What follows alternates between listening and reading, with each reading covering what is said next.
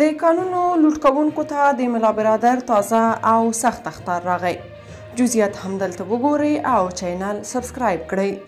برادر وایي قانونو د هیواد سرمایه او د عوایدو بنسټیزه سرچینه ده. د ریاست الوزرا اقتصادي مرستیال بلخ ته د سفر پر مهال د شمالي ولایتونو لپاره له یو شمېر والیانو سره د قانونو د استخراج په اړه خبرې کړې دي. له نوموړي سره په سفر کې چې د قانونو پټرولیم وزیر هم ملګری و، د بلخ سرپل جوزجان او سمنګانو له والیانو او د قانونو رئیسانو سره د قانونو د استخراج، انتقال او د قراردادونو د تطبیق په برخه کې د روڼتیا په ځانګړي ډول د ډبرو سکرو د پروسې چټکتیا، شفافیت او فني توګه د رایستلو په اړه خبرې او سپارښتنې کړي دي. برادر خپل مسؤلینو ته ویلي چې قانونونه د دې هیواد سرمایه او د ملي عوایدو د جوړولو بنسټیزه سرچینه ده. د ده په خبره د دې ملي شتمنۍ په ساتنه او د شفافیت په تامین کې د پوره هڅه وشي.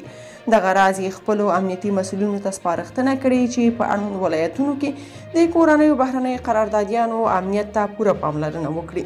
ملا برادر همداراز اخطار ورکړی چې هیڅ چاته به اجازه ورنکړي چې د جمهوریت د وخت په څیر په خپل سر قانونه په ناقانونه توګه وکیندي. برادر زیاتوي که هر څوک په دې خیانت کې ګیر شو شدید مجازات بشي.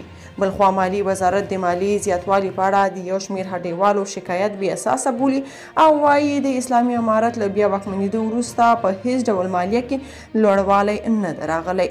مالی وزارت د یوې خبرپاڼې په خپرولو سره ویلي له څه مودې راهیسې د پلازمینې کابل او ولایتونو یو شمېر دوکانداران شکایت کوي د اسلامي امارت له راتګ سره پردې د مالیې د ورکړې نورم لوړ شوی.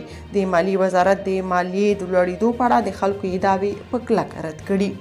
که تاسو په دې اړه څه نظر لرئ په کومنټ کې شریک او چینل سبسکرایب کړئ.